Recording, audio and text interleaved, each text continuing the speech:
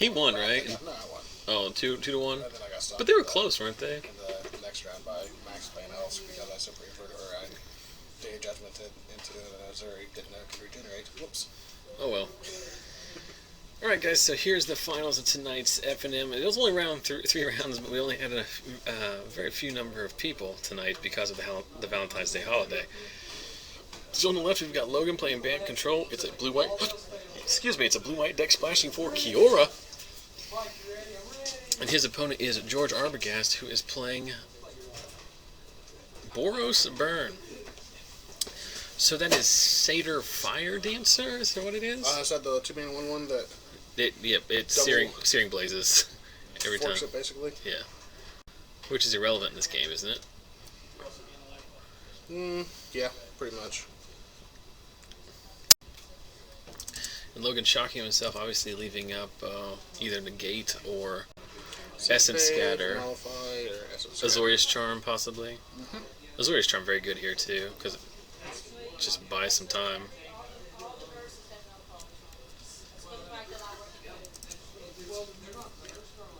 George just passing back. I guess there's a point at which George would sandbag Burn in case you want to play Young Pyromancer later. I think that's probably wishful thinking against the Verdict deck. Good grief.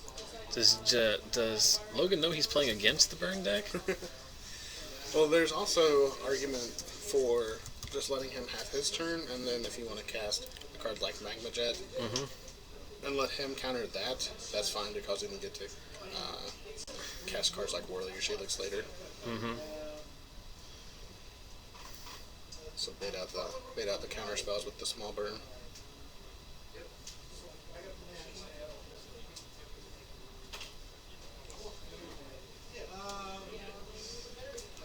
So Logan getting punished for playing a Shockland by George not playing into his counter spell.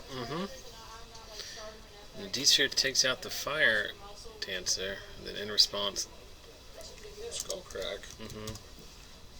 That's the right place. Since after resolution, Logan can play land. why would you D-Sphere that 1/1? George has no follow-up, so Logan might be able to stabilize here. Question in the chat, is this Brad Nelson's deck? George said it's almost, and I think it is only because George doesn't have the exact 75 cards you would need to copy Brad's list, so I think for all intents and purposes, yes. Logan, shocking himself again. Jace? I wish he had a +1 here. Well, he misses land drop, which means the rest of his hand is spells. We know he has one dissolve already. yeah, and he reveals his elixir, which is pretty huge here, because now George has basically one turn to kill him, which he can easily do. I think that's the correct... I was going to say, don't you just take the elixir here? Is that... There's no way... Can that be right? He needs land. But he needs to also not die. Well, now he has 2 dissolves. I think this is the case where George is getting stuck with Searing Bloods in his hand. Or War Leader's Helix, I guess. So getting stuck. What's the... I can't... The way he's holding his cards, I can't see exactly what's in his hand here. If he's not playing him, I'm assuming there the new Searing Blaze or Searing Blood card. That would be about the only non-land card for him to trim down in his hand. Maybe a Mizium Mortars. So everything worked out for Logan there. He drew the land he needed. He was Jace survived. He was able to tick him up out of Shock and Magma Jet range. There's a War Leader's Helix. That's going to meet a dissolve, right? Yeah, the right time to cast this would be during Logan's upkeep. Yeah, to make him tap out so you at least get to resolve your next spell. George has had some sequencing issues. In the earlier game, he was casting all of his stuff before attacking, and that just seems... I mean, it's very small things, but they make a difference in these exact search situations where you're only going to be able to resolve one spell a turn, and one spell might matter, so you might as well resolve the one you want. Yeah, this deck wins by very narrow margins anyway, so... The Boros deck? Yeah. Yeah. And it's got some cards, like, against Nick in round 2, Searing Blood was, like, the best card he could have drawn. In this game, it's basically dead until Logan plays a Mutavault, which I don't think he's playing, and or has Elspeth tokens, at which point Logan's probably already won the game anyway. Yeah. Helix.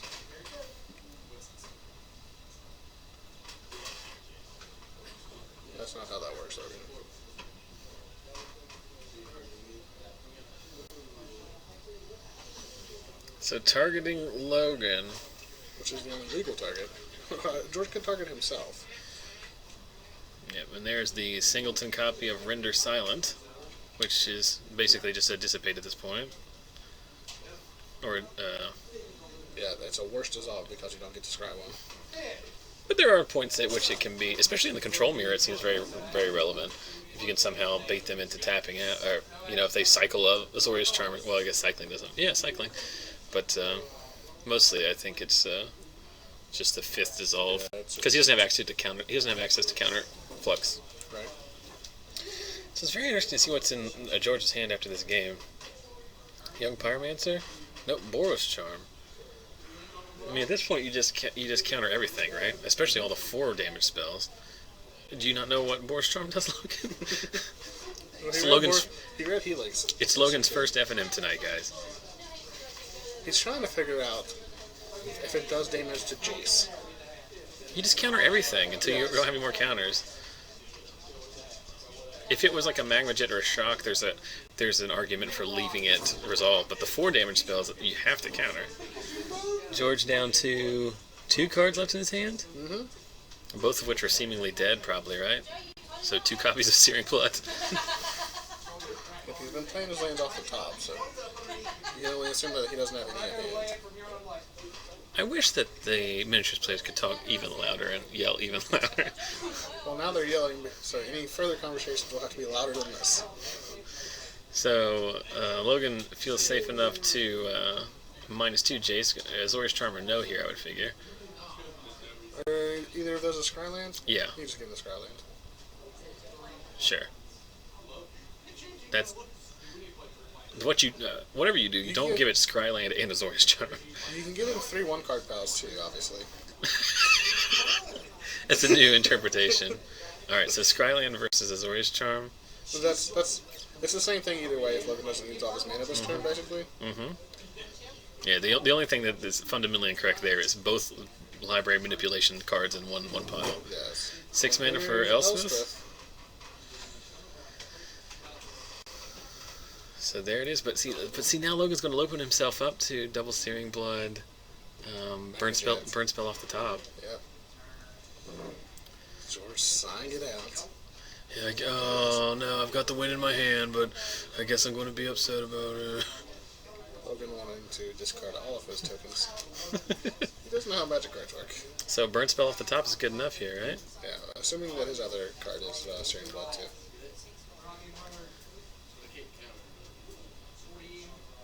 Charming. Yep. That's like, I want to say something, right? I really do. No, after sideboard, Logan could have cards like Fiendslayer Paladin, Soldier of the Pantheon, Precinct Captain, all of which are good against George's creatures, and could put a faster clock on George. Mm-hmm. So both players keep on 7 and just draw go with George scrying off a temple. What's the red-white temple? Abandon? Temple, Triumph. Temple of Abandon is the Gruul one, I believe. Yes. Which I kept calling there is Temple of Abaddon whenever it was spoiled. So here's the interesting fork in the game here. Turn 2 Young Pyromancer on the draw from George. So if Logan has a D-Sphere, he's going to want to fire that off because he's the Supreme Verdict deck, so he can come back from it a lot easier than a lot of decks can. But George's deck doesn't necessarily do anything sometimes, and sometimes just casting the 5 burn spells he's going to cast anyway, but getting 5 tokens off of it. Right. And that's also getting attachment to a turn. Yep. And there's a Chandra's Phoenix. Like, I guess the best attention sphere target post board is Chandra's Phoenix. Hammer prefers. Does George play that? He doesn't. He should. I know he owns them. Does Brad Nelson play it? I think Brad Nelson did. Then there we go. What about Symbol of Legion? No. He played that, but I don't know if George does. I don't know if that's good in this deck. So Logan misses his 4th land drop, but he does have an Azorius Charm.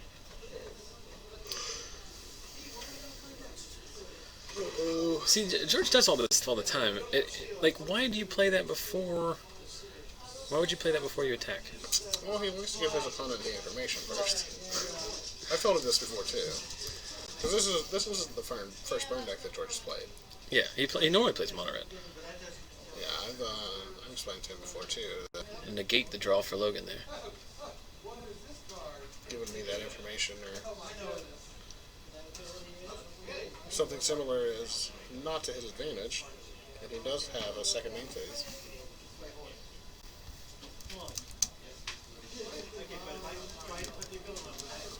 Mutavault.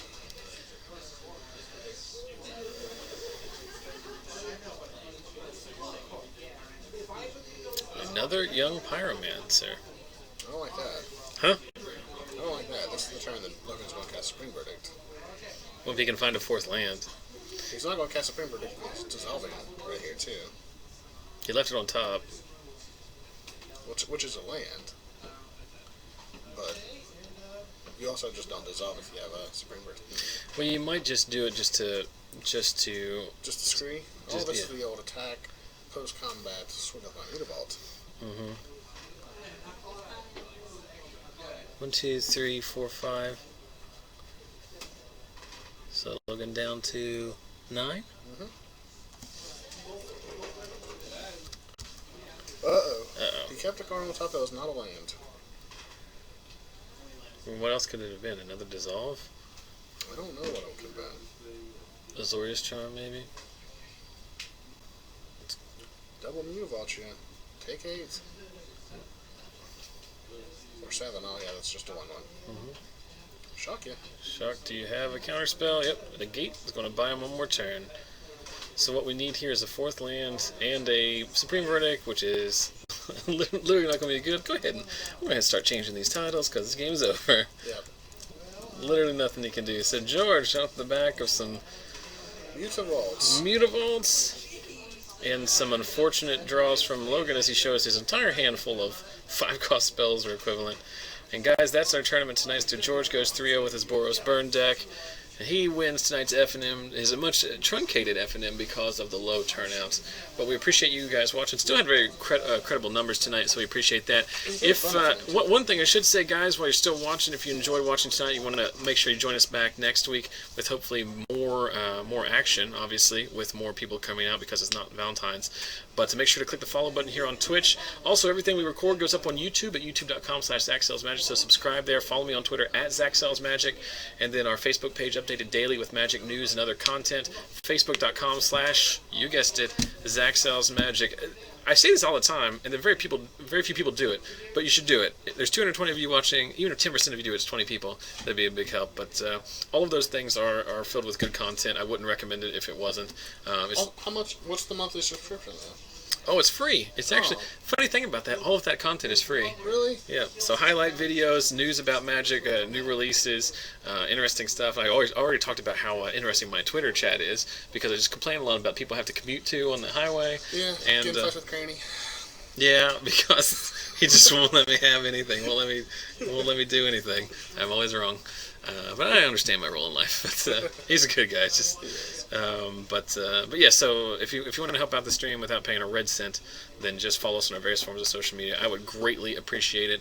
And then hopefully we'll see you guys back. I think we're here next week. I don't think I would be out for any reason. But make sure to check in with us.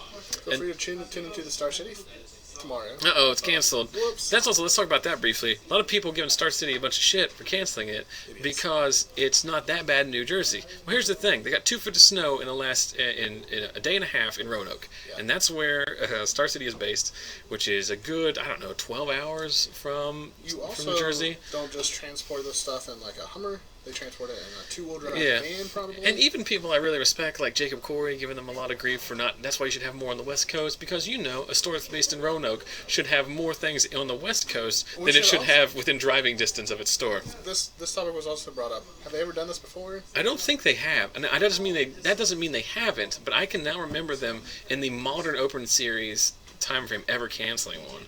But the weather around here was just awful. It wasn't that it was sustained. It all came in one 24-hour period. Pizza last night. That's how bad it was. Yeah, we got 8 inches here in Charleston, and we're over the mountains. It came from the east, so it wasn't even the snow either. It had to drop all that. I'm not acknowledging that. It had to drop all the snow before it got over the mountains, and then it still had 8 inches of snow left for us here in Charleston. So it's unfortunate. I think there was another store that was going to do an impromptu 1K legacy event on Sunday, so look into that, just to keep people satiated. I think there's also some PTQs going up there, so check that out. But they also announced this Thursday. Like, people probably weren't traveling by then. Yeah. One other thing too, they give people enough notice. Another thing too, to answer Joao in the chat, are we going to bring back Modern Wednesdays and Legacy 2? I would love to, but the turnout for those events has been negligible the last month or so. Yeah, that's not bad. So it's just, there hasn't been anything to show. So if we can start getting a better turnout, then we'll do that. Legacy GP this weekend. Yeah, Legacy GP in Paris, so make sure you check that out. It should be fun. See if Thomas Sinnevoldsen can win another one with he gets a new weapon. The mono white. Yeah, so we get Spirit of the Labyrinth. I guess this is the first real coming out party for Spirit of the Labyrinth. So we'll see, because the Danes love their mono white weenie decks. So, and then we've got on Sunday. There's also events in Chile. Our friend Matthias down there he told me they're doing streaming an event down there as well. So all that information will be up on our Facebook page. Another reason why you should follow it. And again, did I mention it was free? Everything is free. I mentioned it was free. There's you couldn't give me money if you wanted to. I don't even have that capability anymore. So we're losing people like flies. We appreciate you guys watching. Hopefully we'll see you next week. Hopefully people will come and play Magic next week. So until then, from Garrett and myself, thanks for watching, and we'll see you then.